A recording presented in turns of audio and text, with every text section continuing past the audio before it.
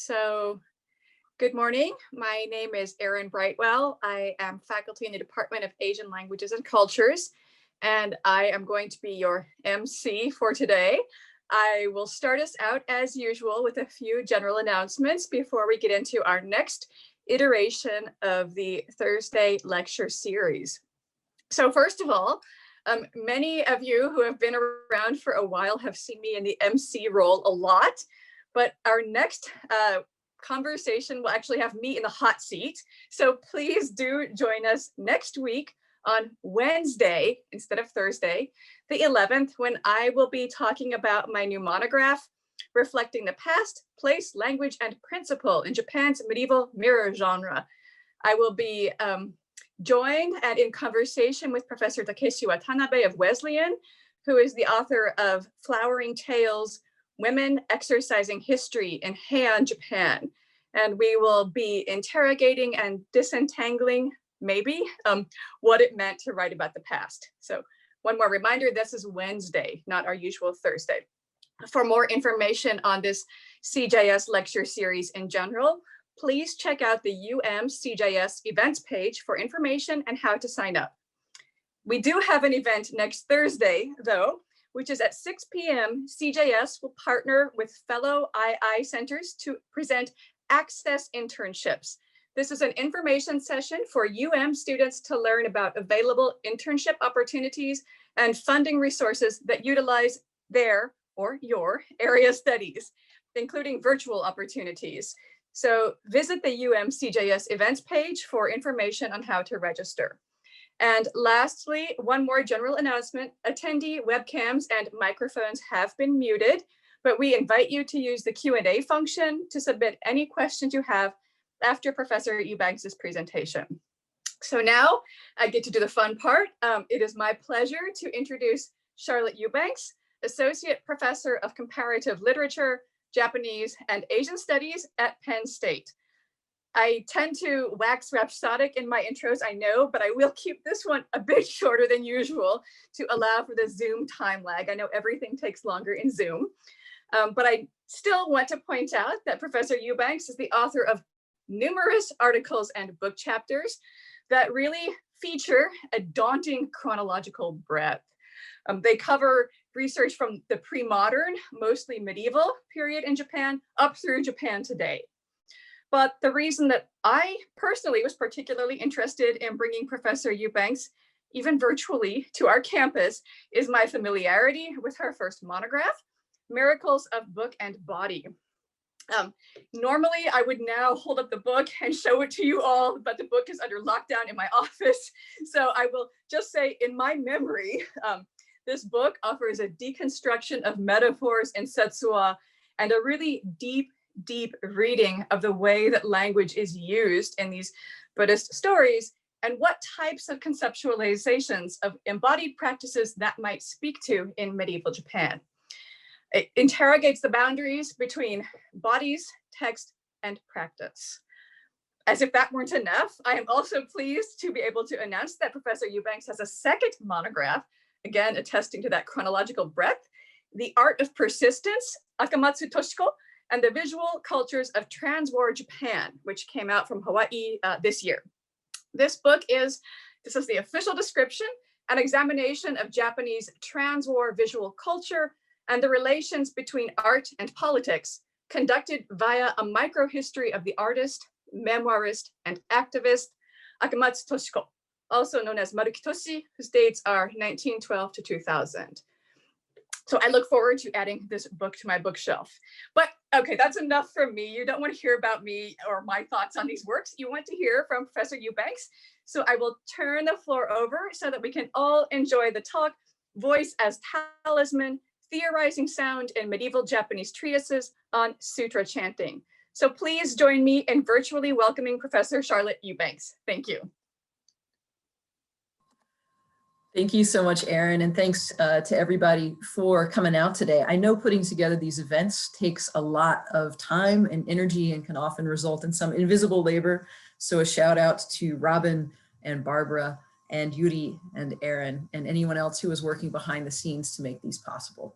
I'm really excited to be talking with you here today, and I am going to share my screen here so that you can see some of the text that I'm going to be talking about and get some visual cues as well.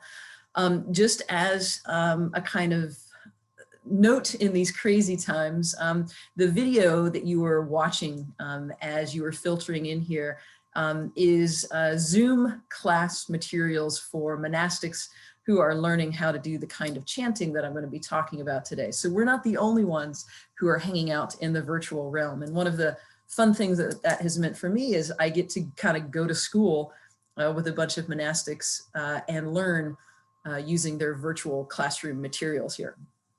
All right, so what I'm going to be presenting on today is part of this larger set of research questions that Aaron was talking about. And these questions have occupied me for a really long time. Really broadly speaking, I'm interested in this question of what's the relationship between the human body and sacred text? And in earlier research, I focused on the question of what is it that people mean when they say they have read a sutra. In what I'm going to be talking with you about today, I'm trying to move some of those earlier questions in a new direction.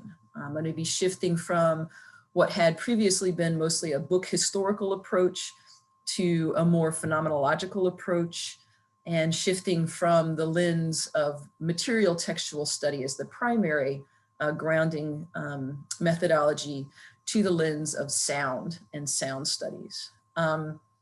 I am not a musician, and I have struggled to really come to terms with some of the more musicological aspects of what's going on here, trying to learn how to read some of these scores in many ways. And in that work, I've been really helped by a number of people, many of whom I'll mention in the talk today, most especially Elizabeth Markham and Rembrandt Wolpert, formerly of University of Arkansas. All right, so here's how the talk is going to kind of unfold.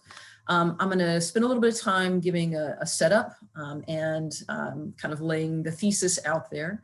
I'm then going to back up off the thesis and make sure that we've got some shared context. So I'm going to be thinking about or introducing some key terminology that have to do with the who and what of sutra chanting. Then I'm going to take two different tacks toward this question: can the voice be a thing?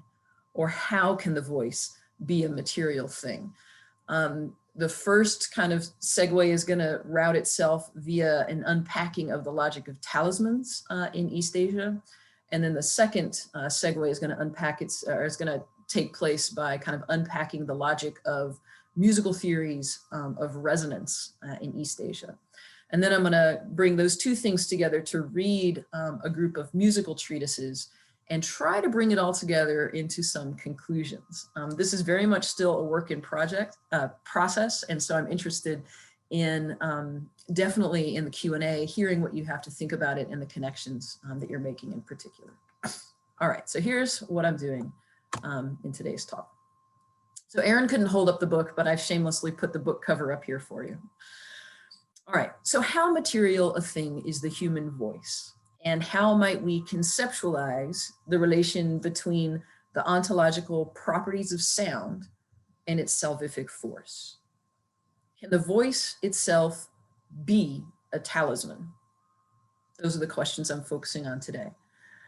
The textual corpus of medieval Japanese Buddhism provides a wealth of material for thinking through these questions. Compilers of Buddhist explanatory tales, or Setsuwa, for example, were fascinated with the idea that the chanted sounds of the sutras, inscribed on the heart-mind of their reciters and issued forth from the chest and mouth into vocal reality, could take on human form and act as talismanic forces in the world.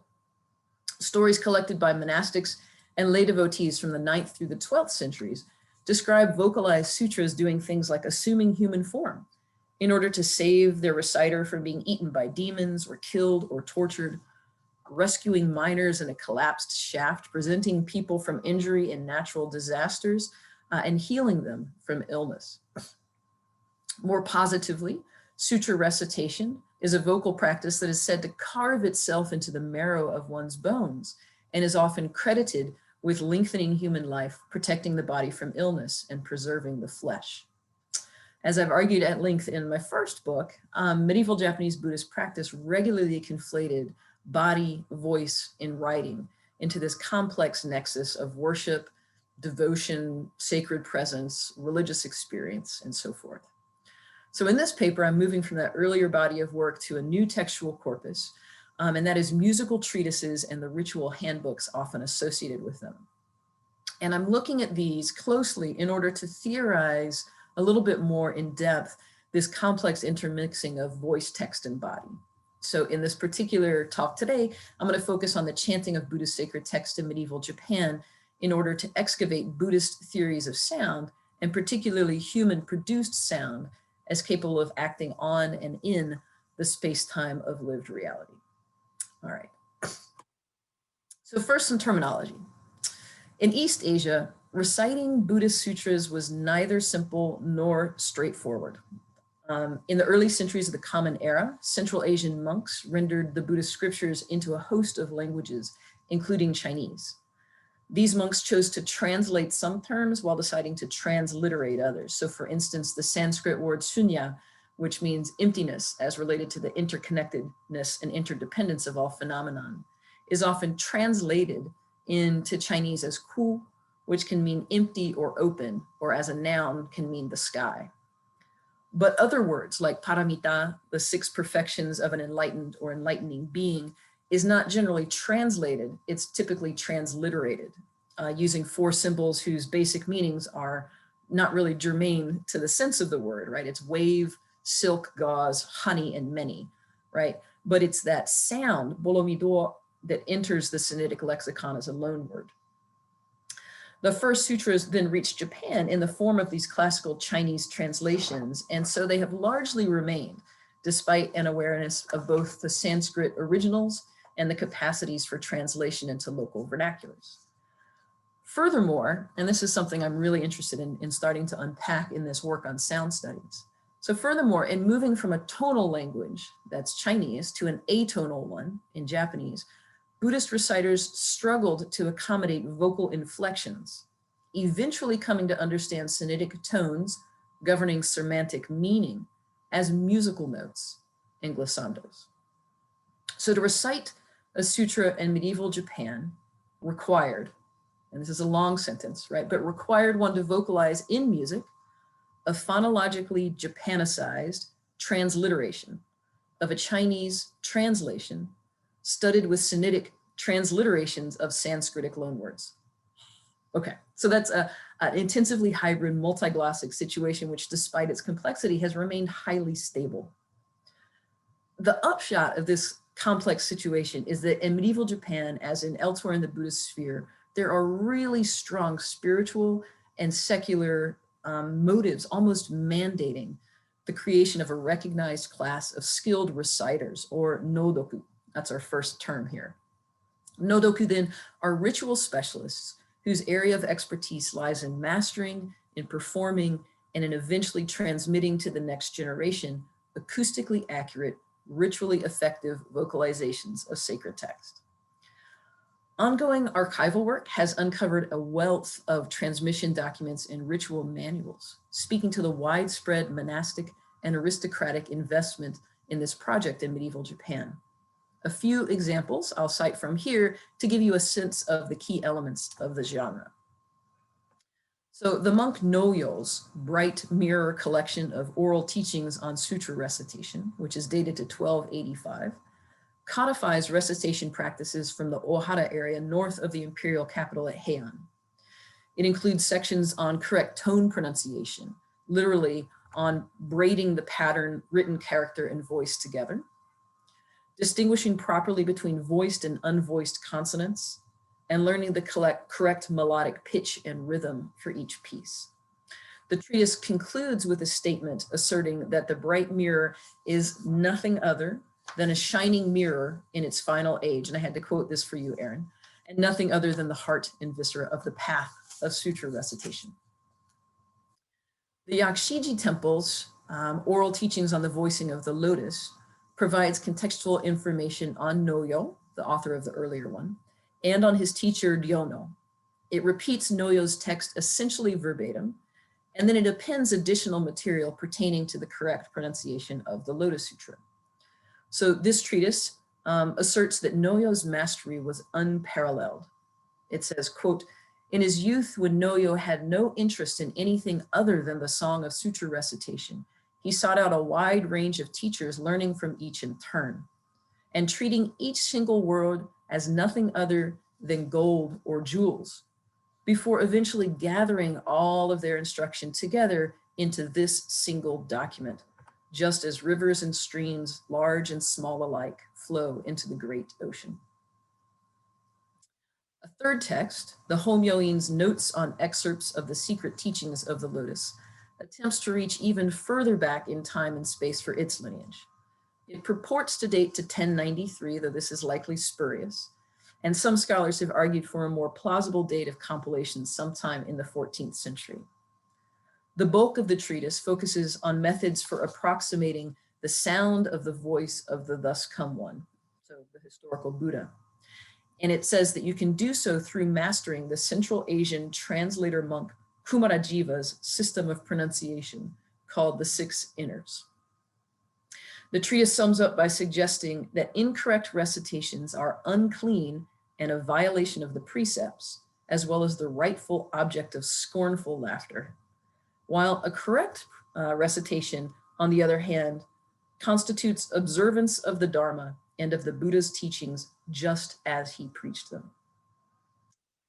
Similarly, Shomyo's Guide to the Pronunciation of the Lotus Sutra, dated to 1378, but definitely based on older oral instruction, similarly traces its teachings back to Kumarajiva, who, it says, transmitted the Six Inners system to Chinese soil from South Asia, thus positing the origin of its lineage not in the Sinitic world, but as rooted further back in Sanskritic languages.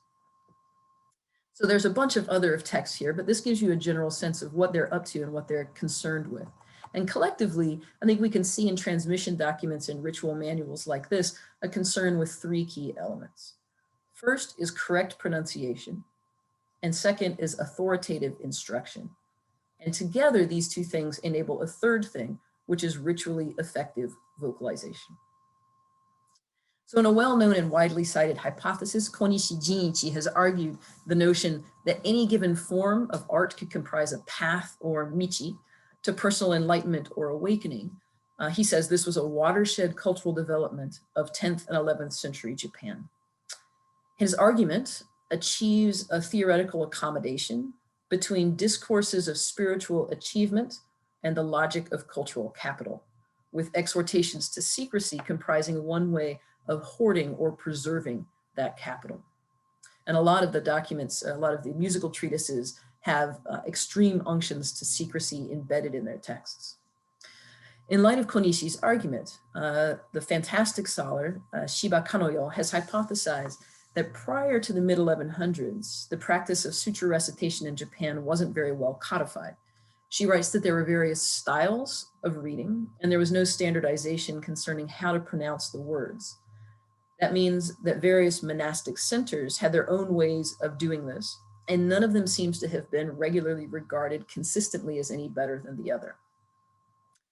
That rather laissez-faire situation began to change, as Konishi's research would suggest, in the 1100s, and particularly around the time of Emperor Go-Shirakawa, who reigned in the mid-1100s.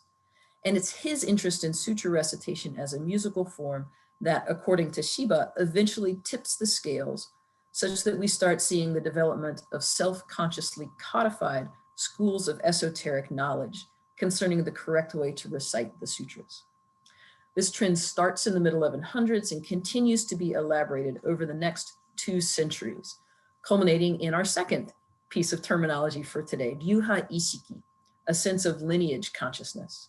And Shiba argues that this sense of consciousness develops along with a certain rivalry between schools and varying claims for authenticity, so that in relatively short order, by just 100 years or so, sutra recitation blossoms into a full-blown path in Konishi's sense of the word, intertwining artistic mastery, spiritual pursuit, and political capital. So to sum that up, by the late 1200s, sutra recitation had solidified as a recognized, codified, and authorized art form. And indeed, it's in the year 1284 that the skilled reciter Noyo referred to his art as the path of sutra chanting, Dokyo no Michi or Dokyo Do, in his Bright Mirror Handbook from 1284 that I cited earlier. So by the 13th century, then, instruction in sutra recitation increasingly happened behind closed doors within exclusive lineages, which produced a large number of secret transmission documents, which I've been able to look at, and they're really fun. They're really cool. All right, those surveys of archival holdings are far from complete, with new documents being discovered and transcribed each year. Japanese scholars have thus far identified 6 major lineages. We've got the imperial lineage in the Heian capital, and that was most active from the late 900s to the early 1200s.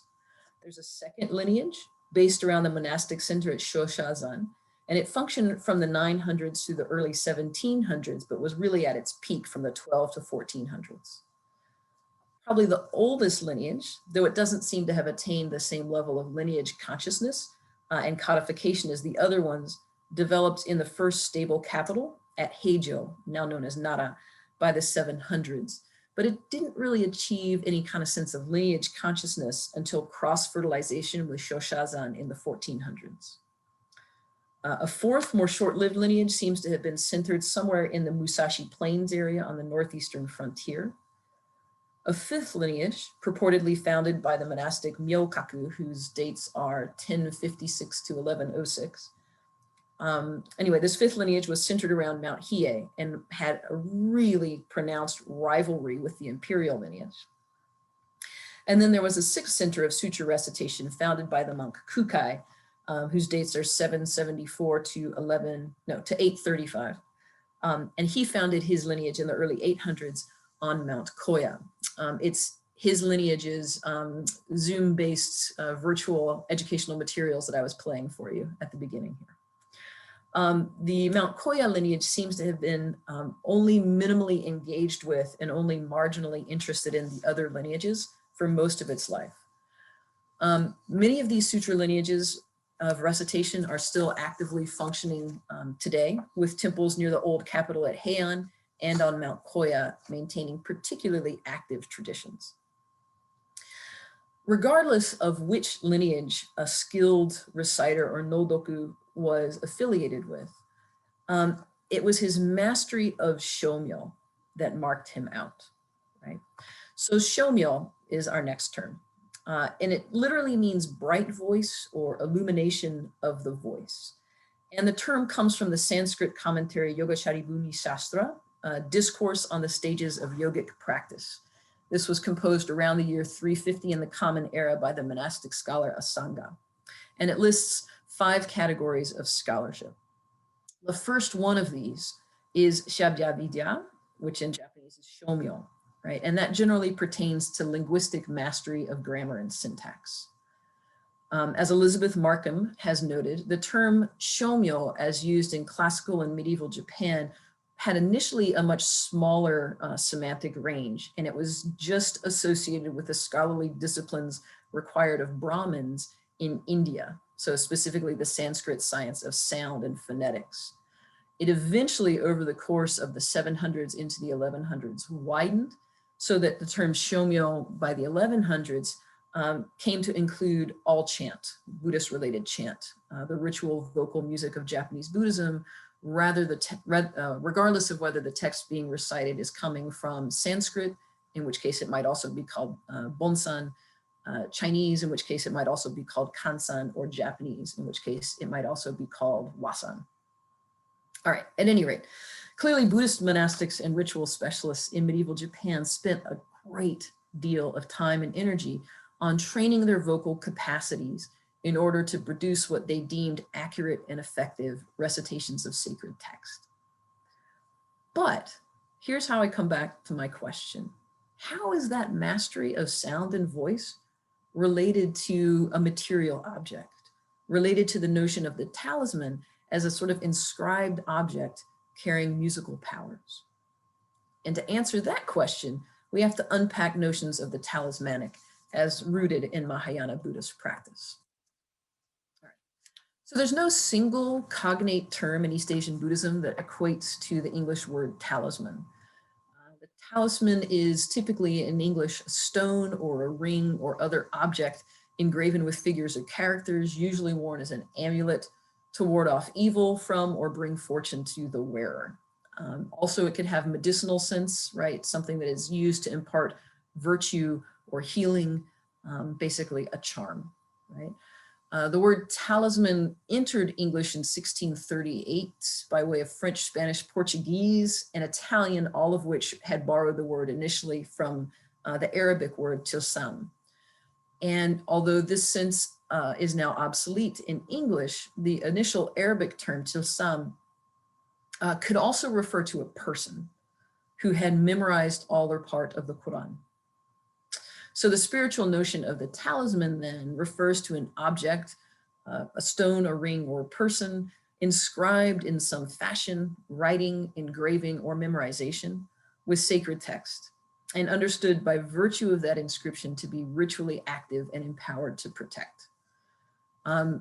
Notions of cosmic cycles, like the movements of planets and things like that, and of medicinal properties also adhere to the talisman in a somewhat alchemical fashion. And that is all true in kind of the broader European, Middle Eastern, North African world sphere. The indigenous East Asian term that maybe comes immediately to mind as most closely approximating the idea of the talisman is that of the fu, which you see the character for here. And I'll mention that I'm working on this article for a special issue on talismans that's coming out from a comparative journal, which is why I've included that comparative information about talismans. So I'm not interested in any kind of like one-on-one pinning of East Asian religious concepts onto Western European ones. I'm just making a comparative gesture there for the broader readership of that journal. All right, so to kind of get into the talisman in an East Asian setting then. According to James Robson, the word fu can refer to two halves of an object. Object was usually in the shape of a dragon, a fish, or a tiger, and the object was split down the middle and inscribed on the back. Each of two contracting parties would keep one half of the object. Excuse me, allergies. Or each of two contracting parties would keep half of the object as a guarantee of the agreement. And the talisman or the fu in Chinese Buddhism have often been just dismissed as objects of folk religion or as instantiations of a deleterious Taoist influence on and corruption of pure Buddhism. But I want to make 2 points. One is that fu, in fact, were not initially Taoist items, right? Rather, as Robson shows, they emerged out of Han Dynasty imperial treasure objects. And the other is to show that actually the logic of the talisman or the logic of the fu, these two objects that could be reunited into a single ontological whole, actually comes from within, or is certainly cognate with and resonant with ideas that come from within Buddhist tradition. All right, so as Robson shows, in the Chinese context, talismans emerged, or fu emerged out of imperial treasury objects. And one of the early functions of the talisman in that setting was for a ruler to authorize the conduct and scope of a general, a military, right, person. And that military context of talismans then found a corollary in the spiritual realm, permitting their possessor to summon and control a variety of deities that could be drawn on in battles with the spirits.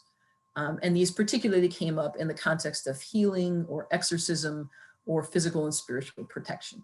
So having begun with a physical object, something from a treasury that could be split in half, Robson then continues to pursue the physical dimension of talismans, understanding them primarily as writing.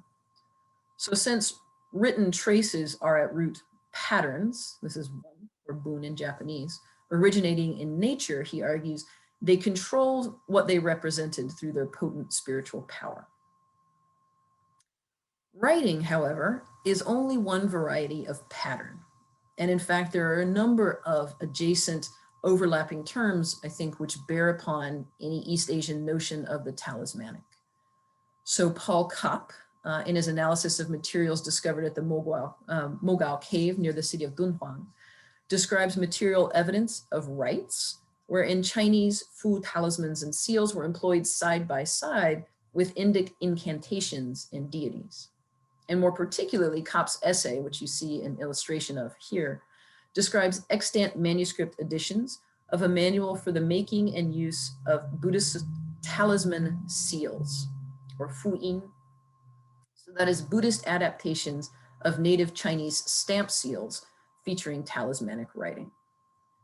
So what I want to point out here is that the compound word talisman seal is important.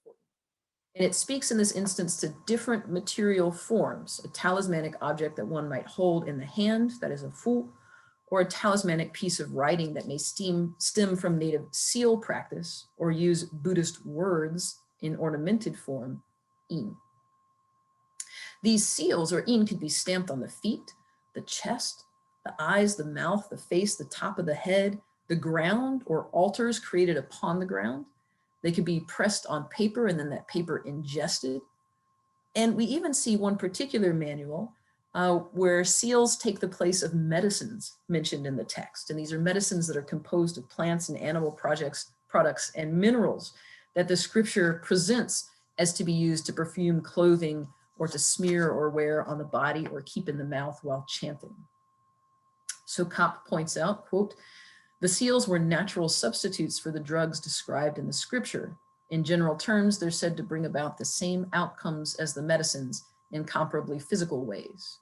Indeed," he concludes, "seals, written spells, medicines, and talismans were features of a family of ritual practices in their manuals," end quote. All right, so though Kopp doesn't mention it, the Sinitic word for a stamped seal, or in, also was used to translate the Sanskrit term mudra, right? So mudra in Sanskrit literally means a coin or a seal, but in the Samavedic ritual, it signifies positions or intertwinings of the fingers. According to Walter Kaufmann, mudras originated as a way for ritual specialists in Vedic chanting in South Asia to indicate to others or to recall to themselves the tone and pitch of words in a text to be chanted. So just like a choir director might point her finger upward to remind singers to reach for a higher pitch, the ritual Samvedic specialist might form a certain mudra to cue themselves to produce a higher or lower or more extensive note. Certain places on the hand, like the root of the pinky finger, were related to certain scales and notes. In other words, throughout South and East Asia, there was and is a fulsome connection between the body, the hand especially, and the music of recitation, its proper tone and pitch and rhythm, as well as the sound of the word, the pronunciation. So intertwined fingers, mudra or in, woven melodies, shomyo, inscribed in split objects like fu, and cosmic patterns when, whether written or not, are all part of an interconnected network of ritual power. All right, so having gotten that far, I need to now take a second approach to this logic of the talismanic here. So if the fu, the two-part tally, indeed provides the conceptual matrix and the underlying logic for the generation of talismanic objects in East Asian Buddhism, then in order to understand the sutra chanting voice as a talisman, we'd have to account for the other half of the voiced object. So if the fu has two parts which can be reunited in an act of authorization and empowerment, with what is the chanting voice rejoined? Here, I think the literature of affective resonance, ganyin or kano, provides us some clues. Kano is a Buddhist term that speaks to a desired state of resonance between a believer and the divine being who's the object of belief.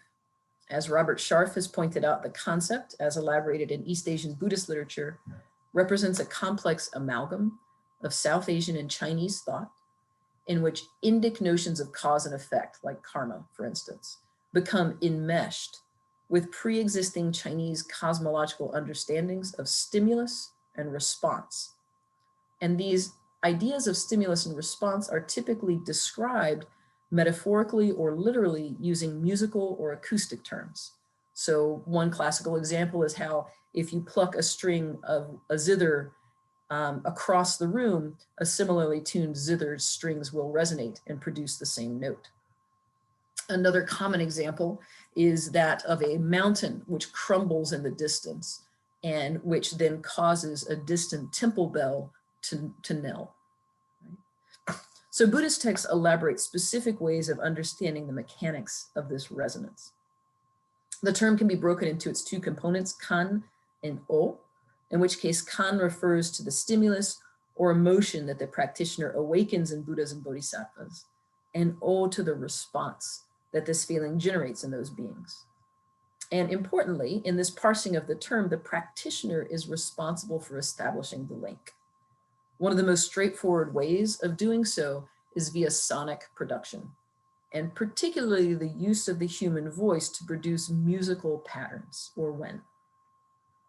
Like the one zither that plucked causes the other instrument to resonate and produce the same note, the devotee's voice pairs with the consciousness of the divine being, resulting in an affective response, or kanmo.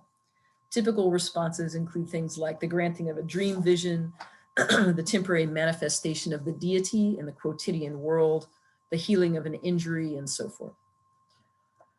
This general sense of kanno as a mutually cohering relationship between practitioner and Buddha or Bodhisattva, which is initiated by the practitioner, is shared by pretty much every school of Japanese Buddhism, though qualitative applications vary, right? Sometimes kanno is perceived more as a kind of divine retribution. Nichiren, for instance, likes that sense of the word, while at other junctures, people conceive of it as a more benign type or even benevolent type of response. For our purposes today, though, the most salient aspect of kanno is that of unification achieved through sonic pattern. So as an abundance of ritual manuals and secret transmission documents attest, one of the most powerful technologies for generating sonic patterns in medieval Japan was Shomyo. Commenting on the modern day performance of Shomyo ritual at Mount Koya, Jackson Hill observes that many recitations, though printed openly in liturgical handbooks, are not recorded electronically. And he writes, quote, "This intentional secrecy relates to the doctrines concerning music as a potent psychic and cosmic force," end quote. And he continues, quote, "It's possible to observe in the wide range of chant types in Shingon repertoire a direct correlation between the complexity, expansiveness, and melismatic intensity of a chant and that chant's spiritual efficacy and psychic import. So the more complex the chant, the more profound its magic in a context where the singer performs musical ritual in order to accumulate spiritual power." I would go a step further, and I would say, in fact, that the sonic pattern of the Shomyo is a talisman. That is, the talisman in this case is not something worn on the clothing, written on the skin, or ingested by swallowing necessarily, but is rather something residing latently within the body and activated or resonated by the voice when that voice operates within certain parameters. Certainly a robust miracle literature attests that believers, both lay and clergy, could vocally produce a talisman, particularly in moments of great distress or deep devotion, or following an intensive regimen of practice and training. And it's crucial to note, I think, that these vocal utterances aren't prayers or spells that summon a distant salvific being. Instead, it's that the voice becomes that salvific being, a sonically generated whole. All right. So we see evidence of this in some statuary. I won't go into this in great detail, but statuary and manuscripts patterns. And I see that Holly O'Neill's on the call here, so Holly can tell us more about these as well. But we see evidence of this view in statuary, and most famously perhaps in the icon of the holy man, Kuya, carved by the artist Kosho in the early 1200s and housed at the Rokuharu Mitsuji temple on the outskirts of Kyoto. The sound of Kuya's voice, as you see it in this statue, is an incantation of the Buddha Amida, summoning the presence and the attention of Amida, who in this statue is seen to be literally physically present in the sound of the incantation itself. The musical stream of the voice as a potent sonic pattern has resonated with the consciousness of the Buddha, thereby generating the Buddha's talismanic presence in the here and now. The statue references a number of popular stories about Kuya that had been circulated widely in the decades preceding the statue's carving. These popular stories consistently reference Kuya's practice of sutra recitation. The Hobutsushu, a collection of treasures, for instance, remarks, quote, "The more than 69,000 characters of the Lotus Sutra all become golden Buddhas that stream forth from the chanting tongue and shine upon the devotee's head, cleansing him completely of sins and obstructions," end quote.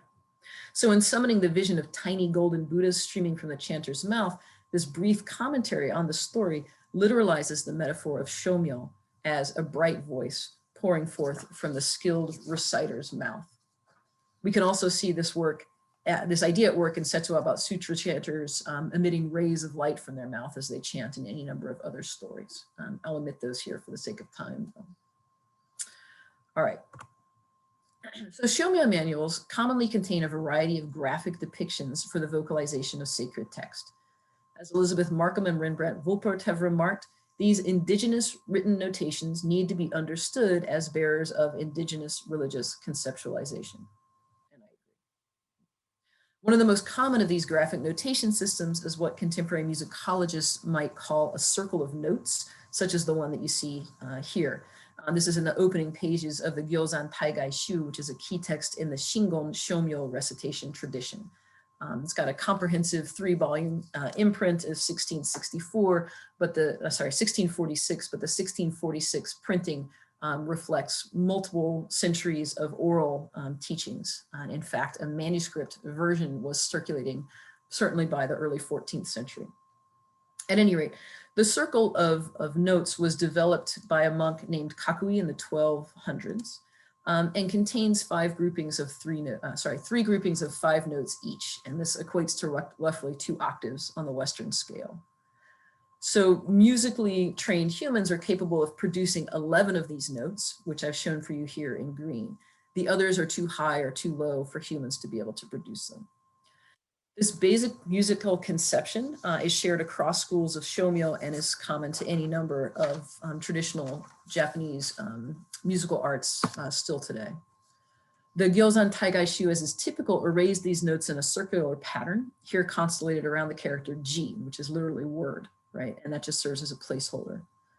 The 4 unproducible notes along the right-hand side are indicated by their being blank, and the 3 groupings are indicated by these brackets around them. So here's the unproducible notes.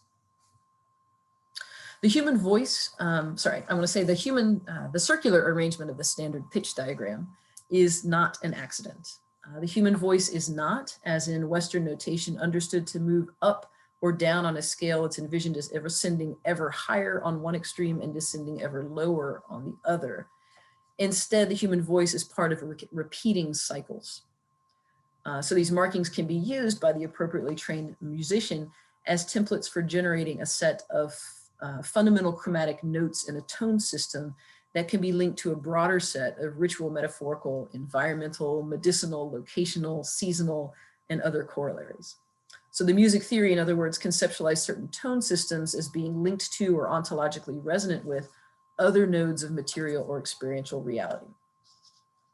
Medieval Japanese musical treatises and their associated ritual handbooks elaborate on this relationship between tone and cosmology, right? The authors of these documents associate specific tones, whether understood as here as tonal pronunciations of single words, or in a slide I'll show you in a minute as musical notes. Right? They associate these with a wide variety of other phenomenological nodes.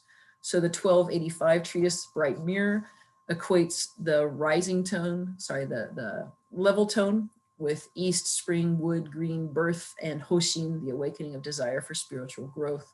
Whereas the rising tone is associated with south and summer and fire, the falling tone with west and autumn, the dipping tone with north and winter and black, and so forth. Each of these correlates is ritually significant, and all of them are interlinked. The directional movement, east, south, north, west, north, proceeds clockwise, tracking the ritually proper direction of circumambulation in Buddhist contexts, as well as the movement of the sun across the sky. So this suggests that in enunciating the correct tones, the reciter is physically moving around space, acoustically circumambulating. The meteorological seasons match up with life stages, right? Spring connects with birth and so forth. The seasons, of course, are cyclical. Winter leads again to spring, and death leads again to rebirth, except in cases of complete karmic cessation, I guess. So the implication is that in speaking the correct tones, the reciter moves through cyclical time, either reinforcing and strengthening harmony with natural patterns of decline and regeneration, or redressing and acoustically adjusting discord, like famine or drought or sickness. The elements or aggregates are also arrayed in a cyclical relationship, here presented in a cycle of generation that harmonizes with the cycle of sexual reproduction. So spring and birth leads to summer growth, and wood feeds fire, fire creates earth, and so forth. That final correlates. The Buddhist path of progression is the only one of these processes that's ultimately not completely cyclical, in that cessation is cessation. All right. Medieval Buddhist treatises and ritual handbooks assume that the human voice is directly keyed into the moving of the cosmos. The Myokaku lineage text, the Hokkemitsu Churyak Tansho, or notes on excerpts of secret teachings of the Lotus Sutra, relates a story about the Emperor Go-Shirakawa, who reigned from 1155 to 1158. According to this text, Go-Shirakawa had a dream in which he observed that the spire atop a jeweled pagoda was bent. On awaking, he asks a monk known to be a skilled reciter, or nodoku, why. And the monk tells Go-Shirakawa, you've been mispronouncing a key portion in your recitation of the text, and I can teach you the correct pronunciation. So Go-Shirakawa's voice, as he reads the sutras, then has been constructing a pagoda in a voice pagoda text interstice. But this small error has caused that structure to be slightly off balance. And the assumption, of course, is that if Go-Shirakawa fixes his pronunciation, he'll also fix the dream pagoda. So his words will bend metal.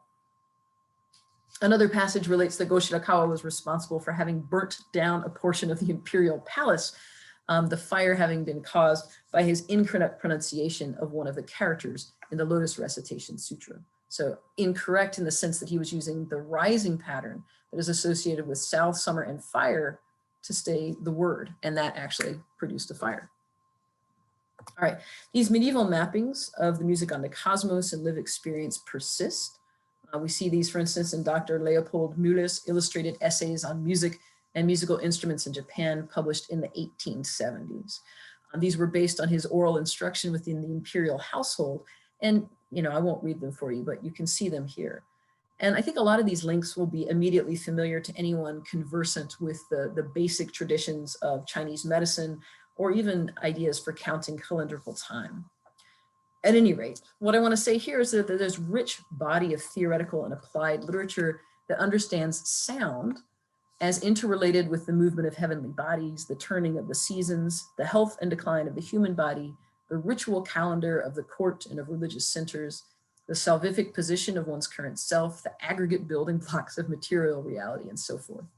Acting on one of those nodes, producing a certain vocal tone, for instance, acts simultaneously on each of the others in a way that was verifiable, or at least believed to be verifiable, upon phenomenological introspection or empirical observation of the external world. So an examination of music theory, in other words, provides us a mechanism through which to understand the religious chanting voice in reasoned and carefully conceptualized terms. All right, so coming into a conclusion then, bringing it all together. The sound of sutra chanting is an active and potent force rather than just an inert byproduct of human ritual action. The voice animates the written texts, and the representations of sound as visualized in musical treatises and handbooks provide a graphic sense of how this reanimation occurs. So bringing it all together, I'm going to argue that the handbooks represent sound reproduction technologies, and that they synthesize what Patrick Eisenlohr has called strategies of vocal representation. And I'm going to skip a section here that gets us more into the specifics of vocal recitation, or hakase, but I'm happy to talk about that in the Q&A. Suffice it to say that the origin of hakase pointing systems in Japanese Buddhist sutra recitation texts seems to have been an attempt to provide tonal marks initially for speakers of the atonal language of Japanese, and that in time, the notation system came to include a whole complex array of stuff, a lot of variety across time and that kind of thing. So when the compilers of ritual handmarks books compiled noom charts, or hakase, with pointing systems, hakasezu, and the circle of notes, they produced amazingly intricate diagrams, one of which I'll show you in a minute. And these are visual approximations of an atmosphere of sacred sound. So I'm going to turn in this last couple of pages here to the Gyozan Taigaishu for an example. And I'm going to focus on the Nyodai verse, which is what you heard being recited on the video as you came in. This verse forms a major part of the Lotus repentance rite, and it comes at a crucial moment in that ritual. So the space has been consecrated, the assembled have all been called to attention, and before the rite of confession begins, we get the Nyodai verse. The verse that you heard being recited is a much truncated version.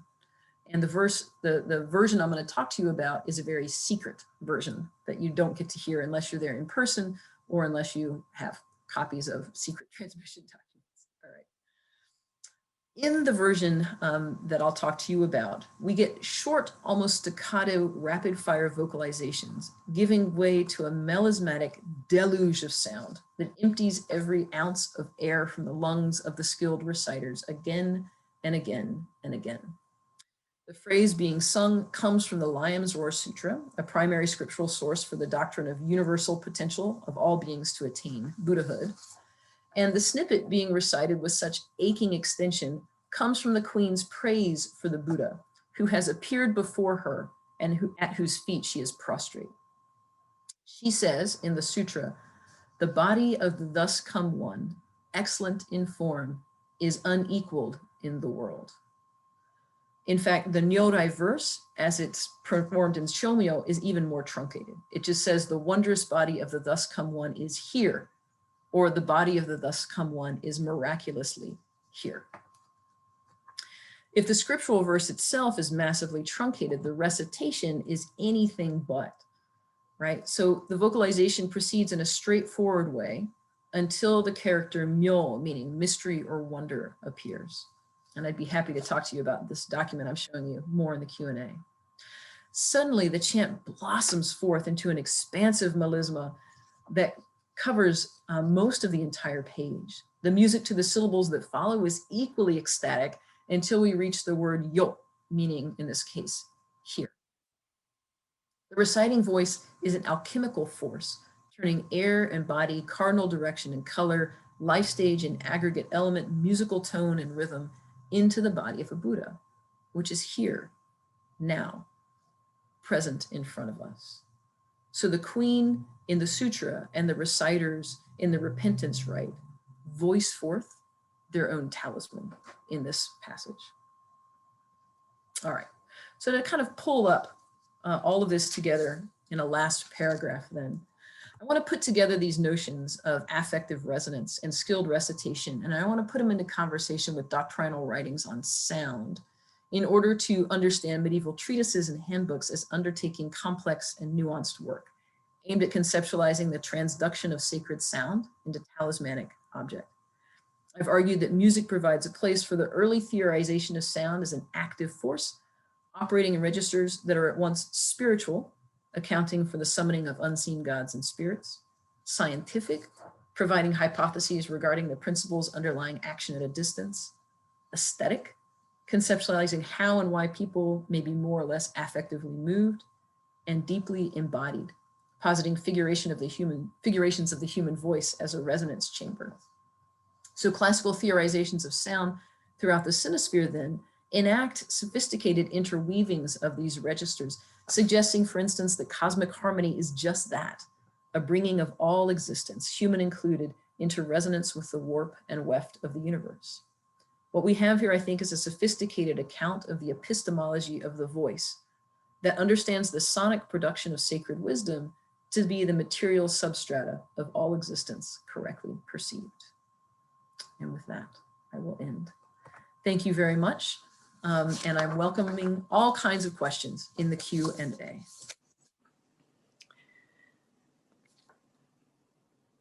Okay, I think I have managed to unmute myself. Yes, the captions are being generated.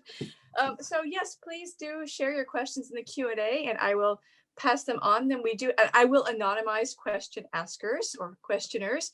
So we do have one. Thank you for this fascinating talk and your captivating research. I'm wondering how you plan to share this work moving forward. I mean, are you planning a printed book and or other types of recordings?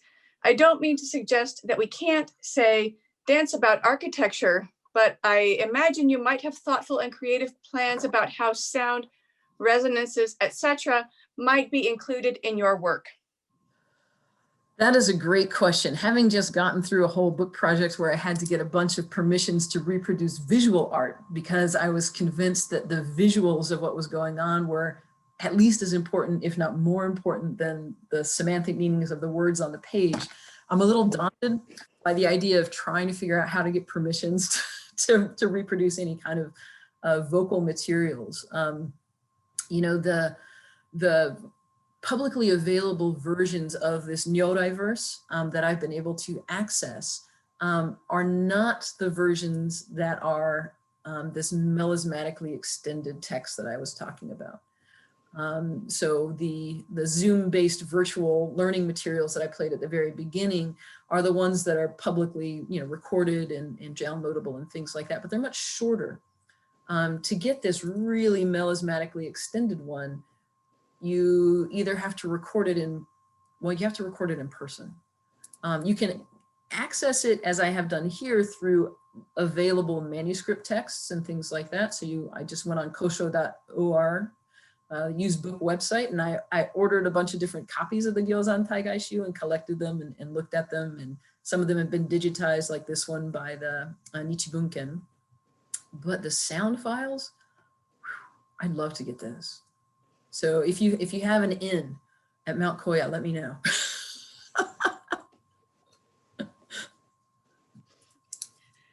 Great, thank you. Yeah. Oh yeah, it does automatically switch to me. Okay, I have another question then. Once again, thanking you first of all for this stimulating introduction to these materials and your approaches. When you spoke of pronunciation and the need to get this right in recitation, it struck me how closely this parallels ideas we see in some literary commentaries of ensuring words and phrases are read or sounded out correctly. I'm wondering if you could comment on the notion of correct pronunciation and how that might be tied to broader medieval developments in traditions of transmission, practices of commentarial culture, and the development of distinct reading/recitation lineages. It feels like there's a lot of potential for all of us to be thinking about related issues in medieval studies across genres, forms, and occupations, particularly in terms of embodied reading practices. I love that idea. And I love the idea of kind of working across genres and disciplines and forms and doing this kind of work. And I think, you know, as we try to grapple with the ways in which literary texts are also musical texts, are also religious texts, are also political texts, you know, are also historical documents. I mean, that requires, I think, for us to either work collaboratively or seek kind of amazing amounts of cross-training.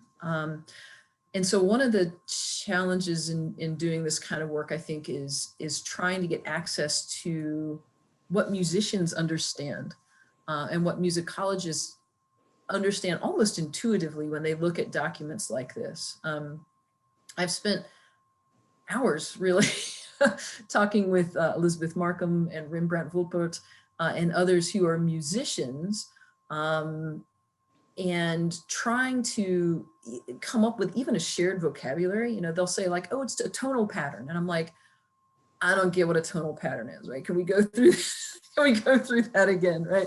How is melody different from pitch? Like I'm still trying to get some of that stuff down. And so I think really kind of working collaboratively is important. I'm interested by the ways in which other scholars in sound studies have begun to find ways to do work that sometimes shows up as anthropology, and sometimes shows up as musicology, and sometimes shows up as literature, right? I think we're going to have to kind of just throw out some of the disciplinary things and do a lot more talking with each other. Particularly these questions of, I mean, they seem like tiny little details, these little issues of pronunciation. And in some ways, you know, they are tiny little details, right? You can say, I don't know, I'm trying to come up with an example in Sutra chanting where you might have a voiced consonant versus an unvoiced consonant, depending on different schools of recitation. And of course, one of the things that producing vocally that text will do is perform for anybody your own affiliation and your own degree of authenticity. So, you know, I learned to chant sutras at a Pure Land temple, and inevitably when I go to Japan and I join in with sutra chanting, you know, at a Zen temple or something else, everyone's like they immediately know we're all reciting the Heart Sutra and I'm doing it wrong, or I'm doing it consistently wrong in a way that suggests that I'm from somewhere else. So I hope that, I'm trying to think about embodied reading practices as something that would bring together, you know, historians, music, art historians, literary folks, religious studies folks. I don't know if I've answered the question so much as I've agreed with it. Okay. Yeah, no, sorry, I'm just going to jump in and say that this was a particular interest to me too, as an erstwhile shamisen player, where we had notation, but there's a lot of, there's a sort of base notation, but then there's what your teacher teaches you, right? Yes. Which doesn't necessarily correspond to any sort of graphic representation of sound, which was what was coming up in my mind when we were looking at the Nyodai verse, you know, to what extent there is a thorough or quote unquote accurate representation of sound that we can be talking about in some ways. Yeah, and you can see that on this, I don't know if people can, I think you can still see the screen here, but the manuscript that I've got here, this is an impression of the Gyozan Taigaishu, and you can see that it's a calligraphy version, and then the student has gone back over and written other things in red on top of it. And so it's this really kind of iterative practice of face-to-face recitation. This is never going to become a voice, right? But you can see the attempt, I think, to try to capture or indicate what the voice looks like on the page here. And so, yeah, like shamisen teaching it requires face-to-face training. So yeah, now we'll go back. I will yield the floor once again to our audience. So we have the next question. Were there specific incantations for specific illnesses, or were different schools known for curative powers for specific illnesses or for curing more specifically? Oh, what a great question. Can I get these questions after the fact? Can you send them to me? I don't know if I can, but maybe someone, okay. Yes, we can. Yeah. We have a message. Yes, we can. Excellent. Okay. So that's my hunch, right? I have not yet been able to do the full research to back this up.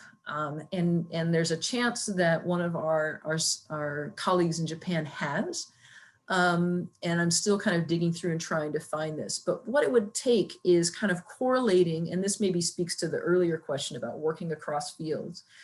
So what we would need to do is we'd need to look at court diaries and other documents that would list the names of the skilled reciters brought into the court, for instance, for safe childbirth, or for rites to try to get rid of a plague, or for rites to try to bring rain, right? So if we can correlate the event or the hoped for outcome with specific names of people, then there's a good chance that we can look at temple documents that have lists of lineages, and we can correlate the person who was at the temple or person who was at the imperial court for this particular event to a particular lineage or sutra recitation.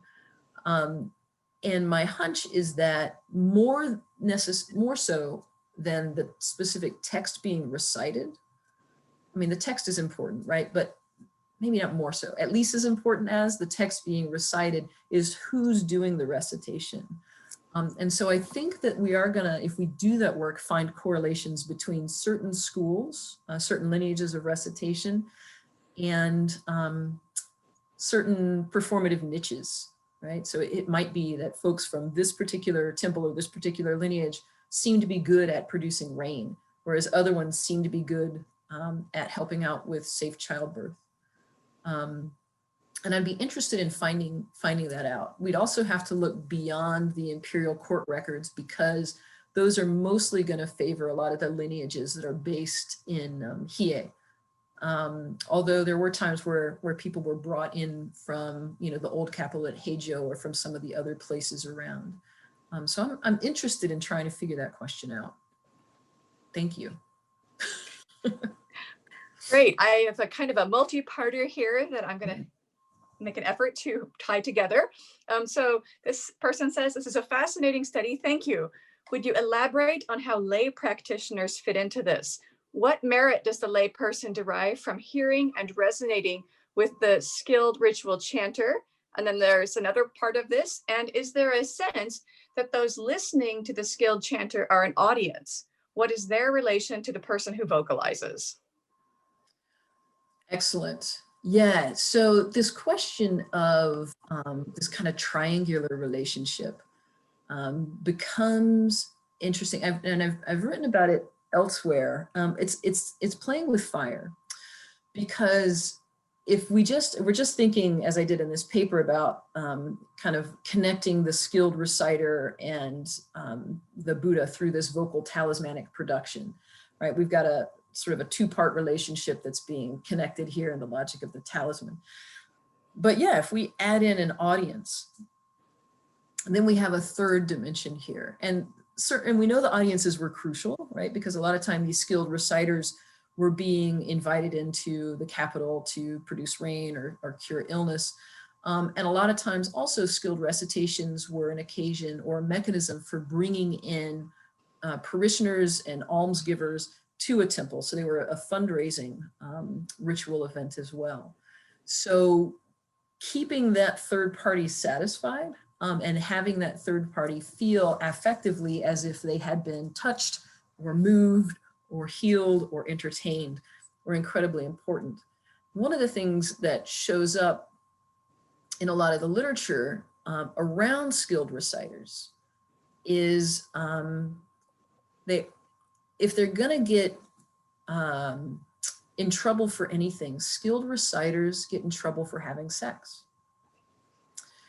They get in trouble for appealing erotically to audience members and for causing audience members to fall in love or lust with them, and then sometimes for giving into love and lust themselves and having any number of affairs.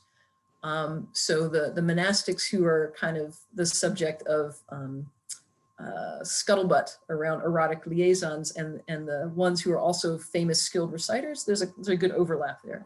And I don't think that's an accident. I think that there is, I wrote an article a few years ago called The Erotics of Persuasion in Harvard Journal of Asiatic Studies about why the logic of Kanno also engenders these kinds of erotic liaisons. And it has to do, I think, with the displacement of affective relation from lay believer and Buddha onto the performing monastic, who is, in creating this talisman, also kind of embodying forth the talisman. And I think it gets too simple for audience members, lay believers, and so forth to just make that attachment to the monastic, him or herself. It's kind of fascinating though. Sexy singing, that's what it's all about. Okay, and now we have a question from the sinological side about recording sound in Japanese. So in Chinese, pronunciation changed radically. Weird initials and finals dropped out. Tones began to be used to distinguish homophones. There's dialectal variations in pronunciation, all of which is hard to notate.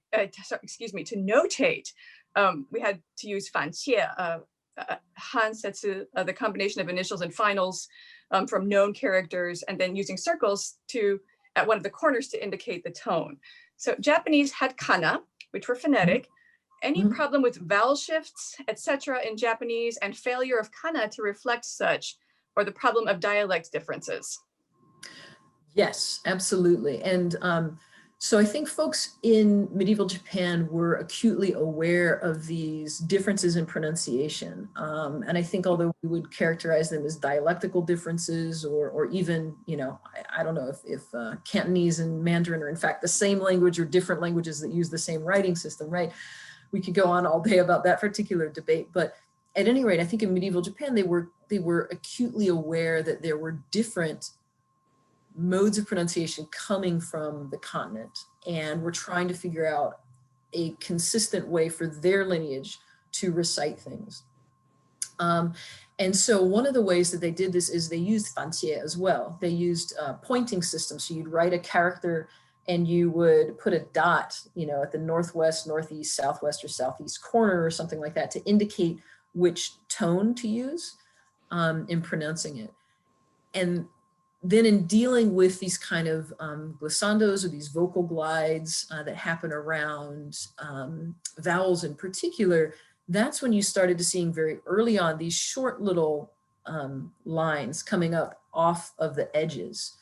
And it's eventually those short little lines coming off of the edges, like you can see up on Nyo and Dai right here, these really short kind of lines coming up here.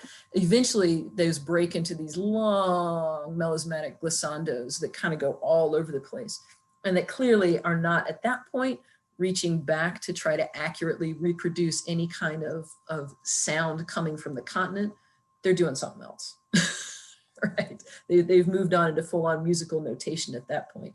But it's unclear at what point we move from an attempt to accurately phonetically represent sound coming from the Chinese continent and an attempt to just move into the music of the cosmos. And I think, in fact, those things aren't clearly dividable anyway. Okay, great. Here's another one, sort of the flip side of that. Thank you for this wonderful talk. I understand that recitation is important in Buddhism, but some monks believe that the heart and one's motive is more important than the tone. So I'm curious if all Buddhists in the medieval period would really focus on the tone. For example, I believe that the Nembutsu practice may just focus more on reciting Nam Amida Butsu, and some say even that you don't even need to say it aloud, that reciting it in the heart silently is enough. Absolutely. And I think some of that pushback that we see in the idea that you can just recite a single phrase, or you don't even have to recite it out loud, you can do it silently, you don't have to do it repetitively, you can just do it once, right? All of these types of things in many ways I think are a pushback against an aristocratic, noble, monastic attempt to control access to knowledge about ritually effective sound. And so I think increasingly as these lineages of sutra recitation went more and more behind closed doors and became difficult for regular lay believers and such to access, you know, there's a desire, I think, for some kind of leveling of the playing field and an opening up of direct access to ritually effective sound. And so it's very persuasive then to say, like, no, it's in fact the flip of that which really matters. It's the intensity of belief or the purity of belief and things like that. Now, I think interestingly, you can get into other, you know, so for instance, when you're reciting Namu Amida Butsu, if you really only need to say it once quietly, why do you keep saying it? Right? Maybe it's because there is some kind of understanding that twice is better than once and 10,000 times is better than twice. And, you know, with great feeling, with not much feeling, with little bits of feeling, eventually you'll get it right. But I think there's this logic of kind of continuing to try, even within those very miniature traditions of like one Namu Amida Butsu and you're done kind of thing, which is not exactly the same glissando type of thing, but it is a kind of looking for a kind of authenticity of belief or heart, as opposed to an authenticity that can be vocally heard in pronunciation. Yeah. Thank you. We do have a question here about the organs graphic, and I would like to ask the questioner to provide a little context because now the thread that it was a part of has disappeared, so that I could frame that more meaningfully. So if the person who's posed that question could flesh it out a little bit, no pun intended, I will come back to it. But here's another question. Thanks for the really interesting presentation. Could you comment on how you or these chanting experts saw the relationship between their skilled recitation and less demanding in terms of vocal skill recitation like the Nembutsu? How they saw the relationship. Sorry, would you say that one again? If I can find it, it's been hidden away from me now. Just a second, let me scroll down. Okay, here it is. Could you comment on how you or these chanting experts saw the relationship between their skilled recitation and less demanding in terms of vocal skill recitation like the Nembutsu? Yes, okay, got it. Yeah, so this is kind of really thinking in particular about some of the tensions between potentially exclusive monastic and aristocratic traditions of sutra recitation that are coming out of these 6 lineages that I've talked about, and then kind of more openly available, anybody could do them type of Nembutsu practice and things like that. I haven't actually found a lot of direct, I haven't really looked for it though, but I haven't really found a lot of direct derision, right? So I haven't found, there's not like copious mentions in any of these manuals that I've looked at that are like, oh my gosh, those people who are doing Nembutsu recitation and are just doing it all wrong. They're more interested in boxing out against and denigrating other lineages that might be impinging upon their niche territory. So I'm not even aware to what extent that there was, I mean, certainly there would have been an awareness, but maybe not a perceived threat from those particular traditions. It's an interesting question though, I'll have to think about it a little bit more. And I would assume that coming from the other direction that you would see maybe in the letters of Nichiren or something like that, if we combed through those, we might see, or Ippen or something like that, derision against kind of all these super fancy exclusive traditions when all we really need to do is just say it once type of thing. I'd have to look more carefully for that, but it's not a huge literature of like tomato throwing on both sides out there. Great, thank you. Yes, this earlier question has now been recontextualized for us, so I want to ask it. So there's a question about the organ diagram, about whether looking back at the diagram with the specific organs graphic to see if there are any linkages. And this person is asking in the sense that that might help direct inquiry about particular health conditions. So again, back to this earlier question about specific curative sites and practices. For example, linkage to the 5 elements diagrams, Wu Xing, indirectly implicating other parts of the diagram. Hope this makes more sense. Yes, I hope, and I do apologize for any questions that I've mangled. So if they're rendered insensible, that's me, not the askers. Yeah, no, I think the organs diagram that is being referred to is probably this one with the stomach, lungs, liver, heart, kidneys, and all of that kind of thing. And I mean, clearly, I mean, like anybody who's, I mean, if you've even gone for a massage, my goodness, right? Like up on the wall, a lot of times you'll see these kind of diagrams that connect meridians in the body with colors and sounds, with organs in the body and things like that. And so, I would need to look at a lot of Kampo or Chinese medicine texts from the medieval period to be able to clearly make a connection between what might be particular ailments and particular texts that are associated with curing those ailments. Ailments of the eye were a major one that people were concerned about. Bringing down fever was a second one that people were majorly concerned about. And the third one was safety in childbirth. And so I would think that bringing down fever, you would imagine that you would probably want texts that de-emphasized, red, bitter, fire and emphasized things like, water or earth or something like that. But to the extent that any of these different tones are going to be present in any of the text being recited, it may have more to do with tweaking certain certain kinds of recitation for specific instances. And that I've not been able to find mention of yet. So one of the things I was kind of reading for along these lines as I was looking through some of these texts was to see, you know, any kind of indications, like if you're called in for an ailment that involves the liver or something like that, right? Downplay, don't extend notes that come from this kaku, right, place on the diagram. Make those very short and instead extend notes that have to do with, you know, I don't know, one of the other ones. That I'd have to look at a little bit more closely. One thing I can say is one of the texts that I'm looking at, or that I was looking at pre-COVID and now I have not gotten to in about 6 months, does a lot of question and answer back and forth. And in the Q&A, one of the things that comes up a lot is modulating pronunciation of certain characters when it's a male monastic treating a female supplicant.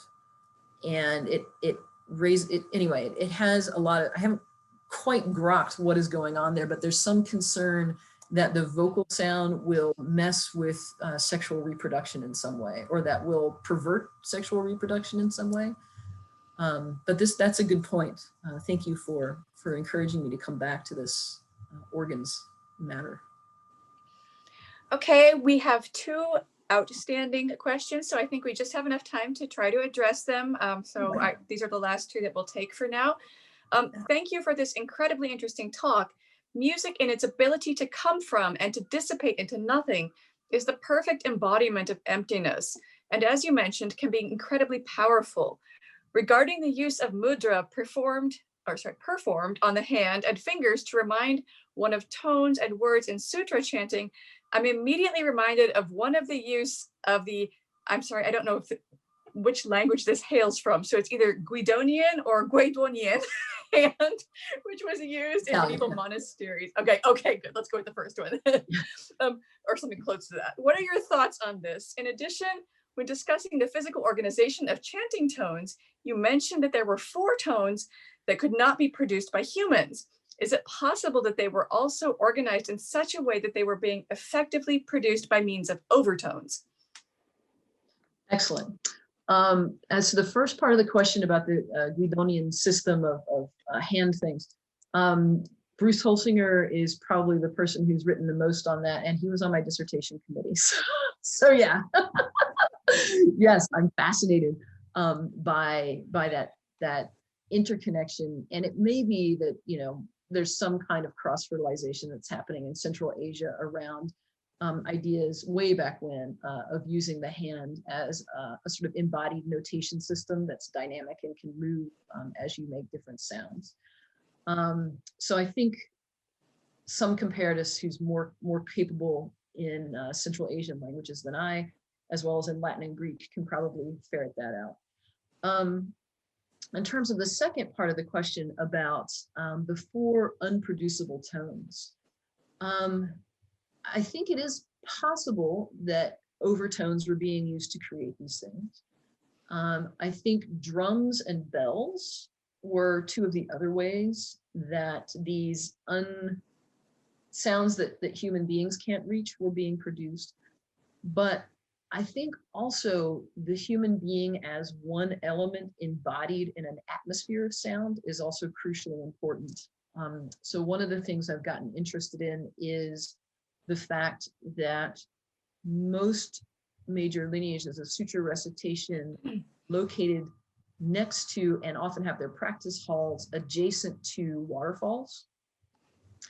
And part of it's connected to this idea that comes from the sutras about the long, broad tongue of the Buddha, which is often illustrated in ways that look like a long, thin waterfall in the visual arts.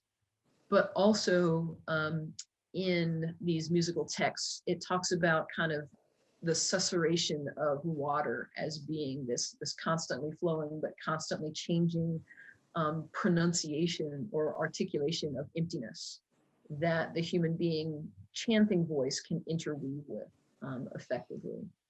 There's also interest in these texts about the sounds of birds and the susurration of leaves in the forest as being part of this brocade of sonically produced text.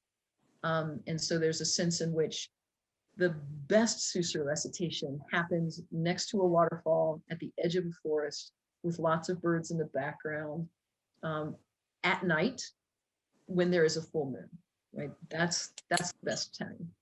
That's when all of those elements kind of come together. And so that I want to kind of try to get at that, like, what is the best, you know, if country music recorders are going to go to Nashville to get the best studio, like, where's the Shomyo guy going to go? Like, what's the best studio for producing sound? Thank you. Great. And last but not least, we have a question on talismans. Chinese tallies were broken in two with ragged edges and the requirement that your half would have to match the superior member's half. Each break would be different, more ragged, the more idiosyncratic, the better, and this increased security. Seals and chops were far easier to counterfeit. Was this difference recognized in the usage, literal and metaphorical? In the sense of, I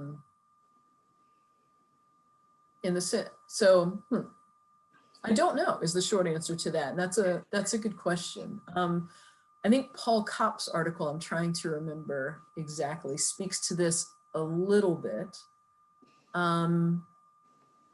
But no, that sense of kind of having those jagged idiosyncratic edges that could match, I haven't seen anything that tries to replicate that material authenticity, I suppose, that is afforded by the you know, not bamboo or something that splits cleanly or easily, but something like clay that doesn't, that fits raggedly, that gives you this kind of extra encryption. I'll have to look for that though. Intriguing. Great. And the questioner has written in that matching is more complicated in the case of tallies, just as kind of a follow-up. Yes. So with that, I believe we are out of time, but I would like to ask you all to join me in virtually thanking Professor Eubanks for this really stimulating talk, and I hope to see you next week. So thank you. Thank you all. It was so lovely to see you. Thanks for hosting me, Erin, and Barbara, and Robin, and Yuri for all of your work behind the scenes.